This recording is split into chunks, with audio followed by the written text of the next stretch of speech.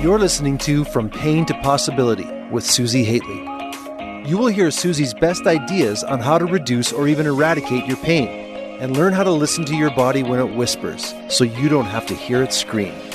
And now, here's your host, Susi Haitley.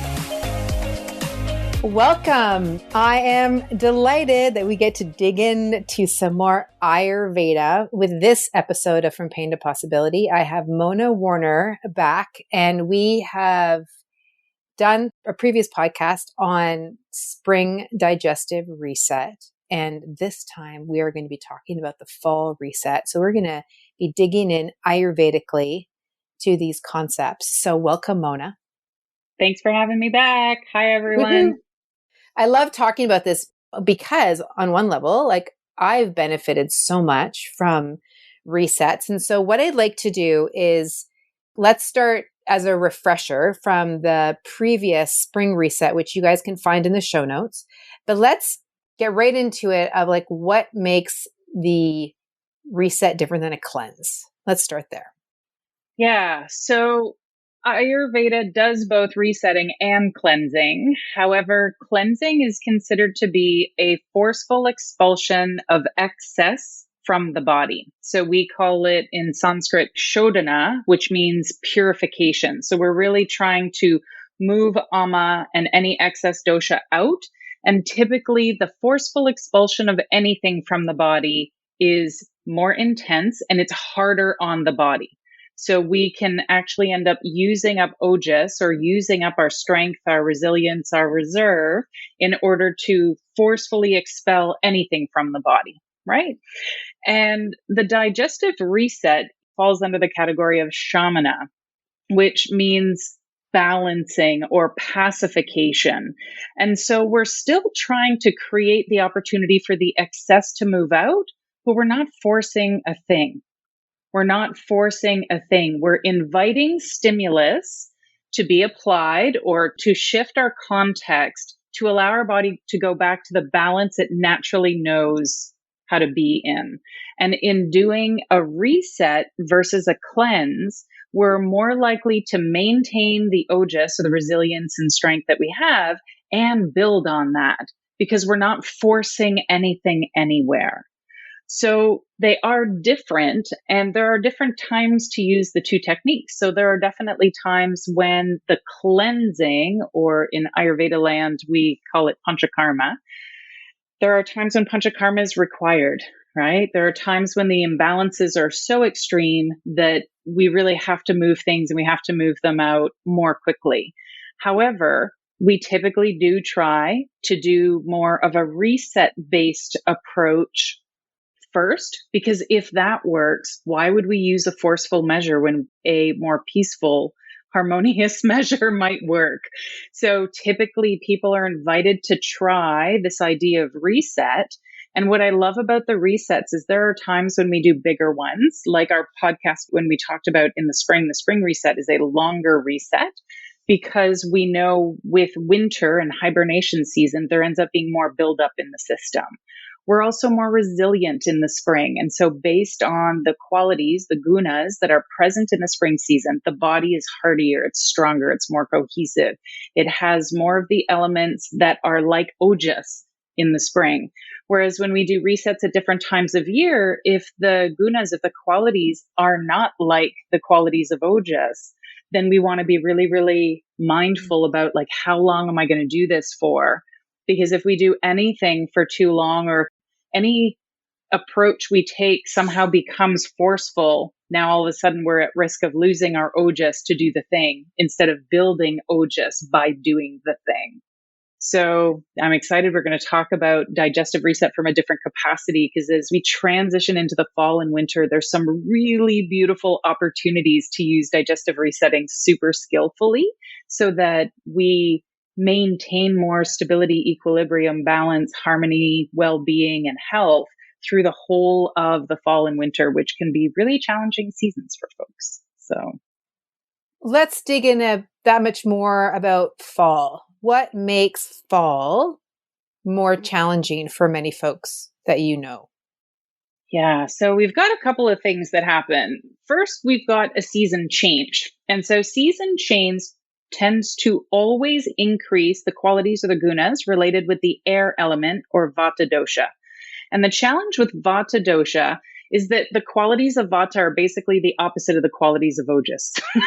So where ojas has a heavy, unctuous juiciness, vata is light, dry, and all over the place. So we get more mobility, which some people love that flow and that movement. And where there's more mobility, then we have to notice what's happening to our stability. And when it comes to health, stability and balance are really important. So with the fall, we end up with this increase, not only due to the season change, but due to the season change we're switching into. So it's almost like vata plus vata in the fall transition, because every season change increases the vata gunas, light, dry, cold, subtle, mobile, clear. Those go up with every season change. But then when you're changing into the season of cold, light, dry, subtle, mobile, clear, it's like a double whammy of those qualities, which if you embody naturally opposite qualities to that, so if you're more of a water type, you might love the fall. If you're more of an air type, you might be like, woo, I have no clue what's going on right now. And with each season change, as the seasons progress, and it doesn't matter which season it is, we have this very natural, subtle increase in whatever qualities of that season. And then that increase can turn into an excess buildup or an aggravation. And hopefully with the season change, if we're being mindful and if we're doing our resets, we're able to eliminate the excess that built up. We're able to eliminate whatever's causing aggravation before the next season. However, if we don't know about that, then we could be going into the fall season with a buildup of the qualities from the summer season. And so in the summer, the qualities that build up tend to be lightness, heat. So we can end up with a lot of excess heat in the summer. Some people might end up more oily. So if it's a really humid environment or if they tend to be more oily.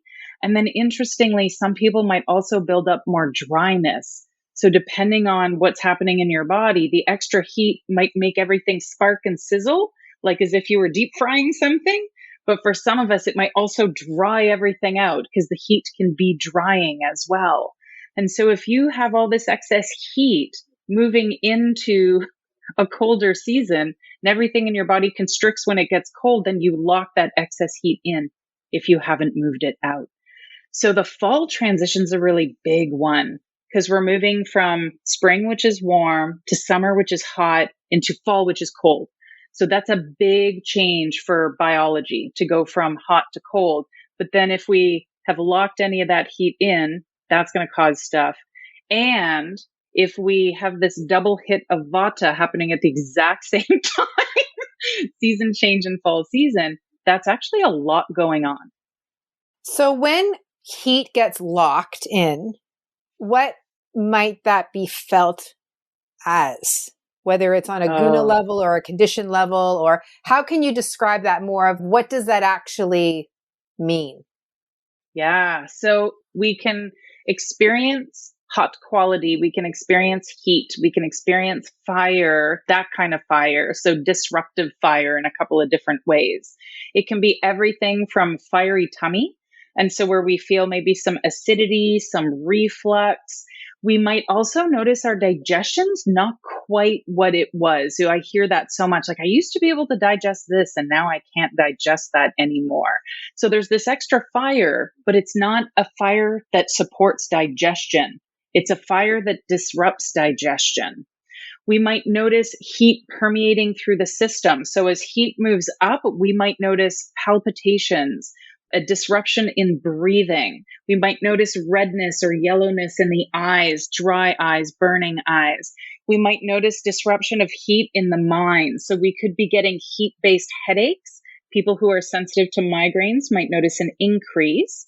And we might notice the fire of the mind is spreading and has an idea of its own. So we might have racing thoughts or a harder time being able to focus and direct our mind. Focusing is healthy fire, not able to focus. It's like, what happened to the fire, right? We might notice the more fiery emotions, anything from anger, frustration, resentment, irritation, jealousy, envy, all of those sort of fiery outward. And it's literally, for some people, it's like breathing fire. And so everything that comes out is heated. Everything that comes out is aggravated. Everything that comes out feels like acid, right? You might even have that acidic taste on the tongue or in the back of the throat. And we might notice aggravation of the skin. So there's a huge connection of the skin to the fire element. So it could be a resurgence of an existing skin condition. Maybe you have had psoriasis or eczema or rosacea and it's back. It could be as simple as those little heat bumps. So those little red bumps on your skin. You might notice your skin is more sensitive to heat and touch. You might notice your inner skin, your guts are more sensitive to what you put in. And so if you consume a hot, spicy thing, or if you consume a really cold thing, an excessively cold thing like an ice cream, you might notice your body's like, oh, that was shocking. That was too extreme. That was too much. And so we become even a little bit more temperature sensitive. So we can be affected by this buildup of heat on so many levels. And you'll tend to notice hot, fiery, runny poops. If I didn't mention poop, it wouldn't really be an Ayurveda talk. So when the body is trying to move heat out, ideally it tries to move it down and out. And so we might notice more liquidy bowel movements, and you might even notice the heat as they move out.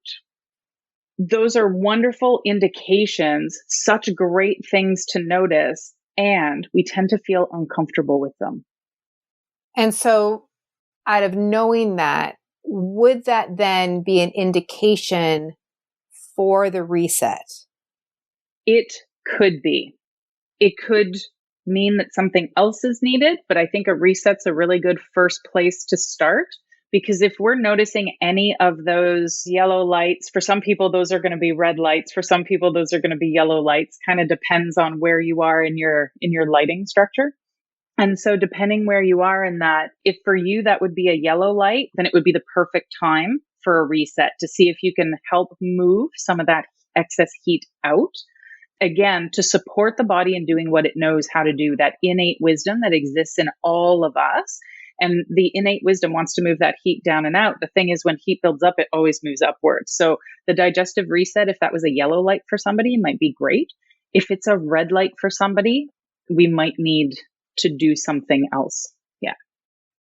So someone is now interested in pursuing the fall reset as a way of either working with the yellow lights of the heat, or they simply know that this is a time for them to explore a reset. So someone like myself, for example, I started doing the digestive resets. My goodness, I don't know how long now. It seems like a long time now, ever since I've really known you and you've been a part of our program.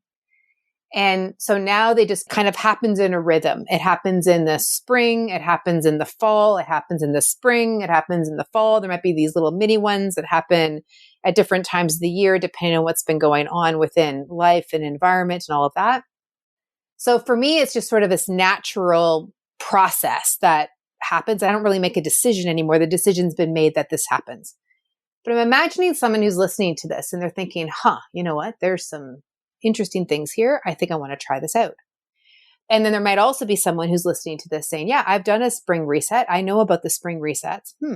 So now I want to go into this fall reset. How would someone now go about doing the fall reset that makes the practicality of it or the mechanics of it more different or distinct, or just the how to? That's a bit of a loaded question, but let's start to kind of tease this apart of a how to and the mechanics of it. Yeah, that's such a great question, because I think with any practice, it's always important that there's a sense that it fits into the context of your life. There's all these practices that exist, and there's some of them that even I read about or I look into or I learn about, and I'm like, oh, except for I have no clue how I could put that in my world, right? Without blowing something up somewhere. And the fall reset in particular, we're not looking to blow anything up. We're really looking to create a space where we can have a context for a little more calm and a little more rebalancing of the system. A harmonizing would be a really great way to think about it. It's very Venusian. So it has a very Venus harmony, pleasure, like to feel good kind of vibe to it. So with that, the fall digestive resets can be as short as a half day and could even go up to about 3 days. And so this is one of our big distinctions between the fall reset and the spring reset, where a spring reset, you might be on a mono diet for 2 weeks with a week beforehand and a week afterwards to get everything in place. So a whole month worth of time. A fall reset is significantly shorter. Whole kit and caboodle would be done within 72 hours. If you even went for the whole 72 hours. So it's a much shorter time frame because with the qualities that increase in the fall, the body naturally becomes a little bit more challenged from an ojas perspective. So because the vata gunas are opposite the ojas gunas, we have a little less ojas in the fall. Our body has to work a little bit harder to maintain its resilience. We want to keep things simple. And again, you might choose to do a half day. So if you're able to grab a half a day at any point where you could add extra rest, make some khichdi, eat some warm, nourishing food made with love. And you might not be a khichdi person. You might be a chicken soup person, or you might be more of a rice and veggies person, whichever, paradigm of mono diet, nourishing mono diet that works for you. You could do that.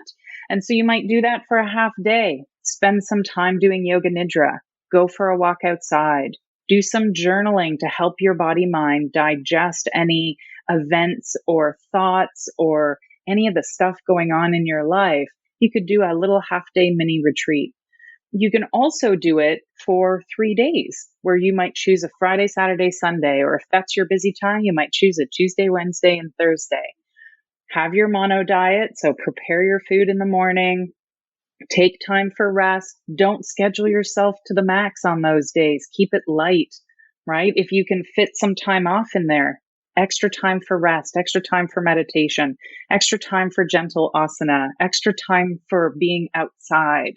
So it's really important, I feel, that the fall reset has a real sweet, gentle feeling to it, because a big part of what we're trying to do is not just release any excess that has built up, whether it's some of the excess air element that built up as part of the fall transition, any excess heat from the summer that didn't quite get out before the fall set in, whatever it is we're trying to move out, we're trying to move it out. And we're also trying to build our ojas in preparation for the fall, in preparation for the winter.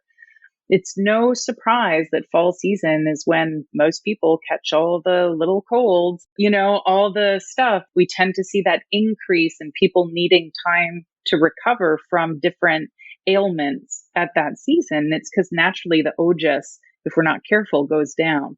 So the digestive reset has one of the primary goals of rebuilding the ojas, all while helping to move anything excessive out in a really gentle, calm way, so that we can reestablish ourselves in our center. We can find more harmony and balance. So let's say that somebody was curious about this and then they ended up getting sick. And our systems have a beautiful way of slowing us down that way. And so now they're sick and they've had some time to rest. So then would that be a scenario, or while they're in a healing state, would that be a scenario that is a good idea or not a good idea for something like this at that time?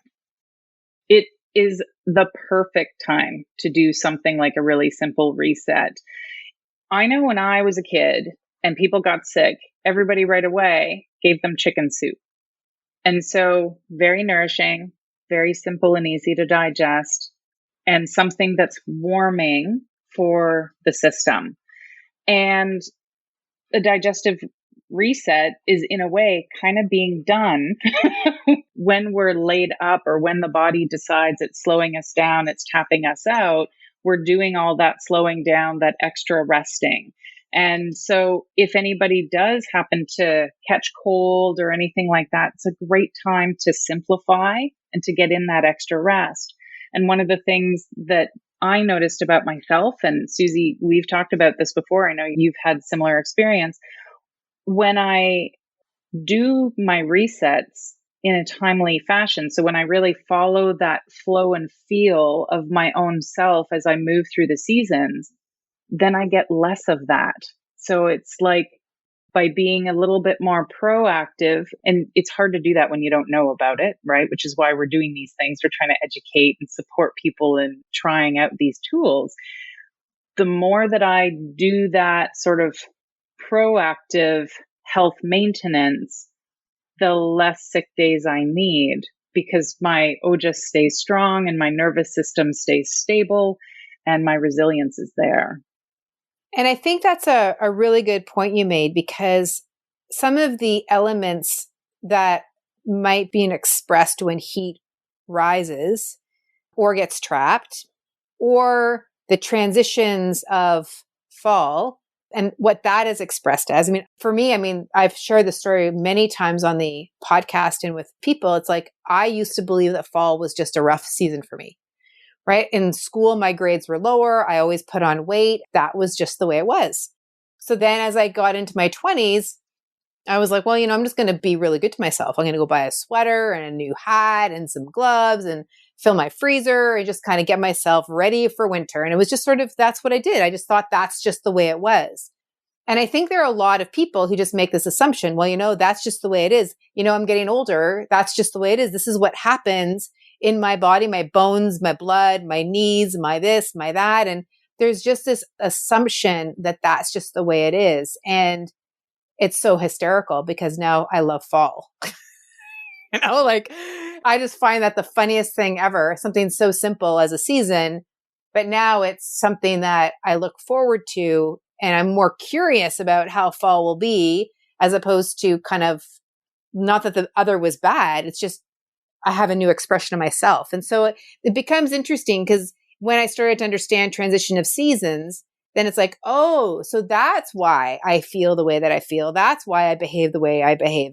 Right? When there's this unawareness, there's just this go-to thing of like, well, that's just who I am, or that's just the way life is. And that's just me getting older. That's just like, fill in the blank. Right now that I've got kids, I can say, well, now it's the start of school, right? And then we just kind of keep sort of loading into, this is why things are chaotic. And not to say that that's not why things are chaotic. Understanding some of the expression of the qualities or the gunas and the way the seasons impact us is really ancient old wisdom that we can really use in our favor. Absolutely. It's about paying attention, right? And so it's about awareness. It's about that idea of sattva, right? Where the Sanskrit word sattva refers to the state of mind that is clear, that is light, that is peaceful, and that is attentive. And yet it's not a crazy focused attention. It's a relaxed awareness attention. And as we attend to ourselves, our environment, the shifts and the changes, noticing how we're responding or our bodies are responding to things, we get more information. There's more data for the data set, and we can start to notice patterns. And the whole thing with the ancient Ayurvedic teachings around seasons is it's all these very well observed patterns for thousands of years. And what's been neat is as Ayurveda's moved to the West, we've had to take the logic and the idea, but look at our own patterns. India has 6 seasons. We have about 4. And it's really more like 3.5 because some winters are a little bit more water element dominant and some winters are a little bit more air element dominant. So I would even argue that 4th season is kind of like a half a season because it really adopts from one of the other two. And so we've had to take the logic, the idea, but really apply it to our own environment. And I love America. So whether we look at Canada or whether we look at the United States, because even within those countries, look at the change. Look at how vastly different the qualities are. I was talking to somebody last week about Arizona. I love Arizona. And part of why I love it is because those gunas make it really easy for me in this embodiment to find balance and harmony without having to do a lot of extra work or efforting on my part in terms of self-care and all that kind of stuff. Because it's literally the opposite qualities of my innate biology. So when I go to Arizona, I get comfortable really quick. I can relax a little bit more, have a little bit more time. usually also if I'm in Arizona, I'm probably on vacation. So that's a whole other OJIS building factor. But for some people, it'll be Northern Quebec is the sweet spot for them. And other people, it might be Florida. And other people, it'll be Vancouver. And as we travel and explore our countries, we realize that the climates, the environments are different, and that different people, their innate nature responds well to some places and not others. I have one client, because we were talking about overheating, who is from Canada in an area where there's typically a really good cold winter.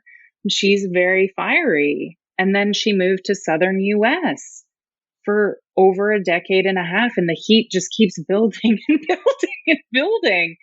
And by the time we met, it had been building for over 15 years. So we had 15 years worth of heat buildup to try to move out, but she was still in the environment that created that heat buildup. It never got cold. And so we had this whole conversation around that climate, that environment. Can you travel back home so that you can have some winter? So you can be in a nice cold environment for your body to be like, oh yeah, that's right. I remember this. And so it's so fascinating how, even though you can't change the environment, it has really strong impact on our experience of ourselves. And then, a note that I just made while you were talking about that, it's like we get to shift out of being resigned to what our scenario is, or trying to dominate or control what our scenario is, and just come into a really nice tempoed knowing of what it is that we need, because we can tune into our own world and then the external world and then respond to that. Now, having said that, I also want, particularly for people who are newish to hearing this conversation, is that it's steps, right? So sometimes people are like, man, that is way too much to even think about, like the environment, my internal, like my attention is everywhere all the time then. And I want to emphasize that I started these resets with you. Like I said, I don't even know how long ago it's been now, but it's been some time. And then when I kind of clued into spring reset impacts my fall, which even when I had that insight, I was like, okay, that's mind boggling. That's baffling to me that what I do in the spring has an impact on the fall. I was an aha that I had that I'm like, I'm curious enough about it that I want to see what starts to happen. And then lo and behold, I saw a pattern.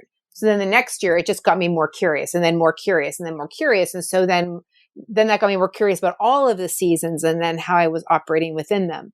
So I think that like this is a key piece, is that it might seem really big. And so simply to start where you're at. And so maybe it simply is coming into the fall and playing around with some of these concepts and taking some time. And if you do get sick, then to recognize that it's an opportunity for you to slow down, nourish, rest, and then see what happens. See how you feel in the act of being in fall. Even people who take great steps and great measures towards being healthy get sick. It absolutely happens. And it's funny because I feel like sometimes we engage in these practices thinking that we will then be immune. We will become immune to illness or immune to disease or immune to grief or immune to suffering. And the idea is to reduce the unnecessary suffering, right? This is what Patanjali teaches us in the Yoga Sutras. He talks about how there will be suffering, there will be some discomfort, and the intention is to reduce the amount of it that's not necessary. And we grow into that over time. Ayurveda was never meant to be this one-time thing where you just learned it all in one shot and that was it. It's meant to be practiced for the lifetime. And so they are practices that we work with over not even just days or weeks or months, but like years and decades we work with these practices. And we nuance our understanding over time. And so it's this refined awareness that happens. So the first time you do a reset, it might just be like, damn, kitchery, like I always need to pull the recipe out. I wish I just knew. But then you do your whole first spring reset, and after 2 weeks of making kitchery every day, you never have to look at a kitchery recipe again for the rest of your life. Now you just have this skill where when, all of a sudden you're like, oh, I really need food. I need something really nourishing. What am I going to make? I know how to make kitchery. And it just comes out. right? And so then that awareness, that insight just starts to come forward. And then we notice, when I eat this way, what happens? When I eat that way, what happens? When I rest more in this season, what happens? When I'm busier, what happens? And we can use our yoga hats and approach all of it with this compassionate non-judgment, where we're simply increasing our awareness one day at a time, one moment at a time, one bit at a time. And again, it's yoga and Ayurveda are long haul practices. It's not meant to be done for a finite period. Oh, look, I won yoga. Check, next. It's not like that. If you're in it for the lifetime. And so you have a whole lifetime to work with it, to practice it, to do it, to forget it, to remember it, to go back to it, to ditch it, to just do all the movement that needs to happen within it. That's part of it. That's why these are lifetime practices. So there'll be things that you'll be like, I'm so into scraping my tongue, I would never miss a day. And then a month goes by and you're like, what happened to my tongue scraper? Where did that? Oh, tongue scraping. I forgot about tongue scraping. And it's like, okay. So now in this moment that you've remembered, do you want to do it again? And if so, do it, see what happens. And if not, that's okay. You'll remember again later, right? It's a lifetime practice. And so we don't have to be full on and we don't have to be all of it 100% of the time. If that's meant to be for you, it will unfold that way. Lovely. Love it. So we are going to be doing the fall digestive reset inside of Healing and Revealing Human Potential. So if that's something that you want to explore with us and get more of Mona and some support in a very powerful, nuanced experience of the digestive reset and in a smaller scale, then you'll want to come and join us at the Healing and Revealing Human Potential. All you need to do is email us, and Kia or Caitlin will be able to take care of you at health@functionalsynergy.com. And we'll be happy to show you the ins and outs of the digestive reset, the fall edition. So thank you again, Mona. Always fun. Thank you. Thank you. Thanks for listening, everyone. Take care. Happy exploring, everyone.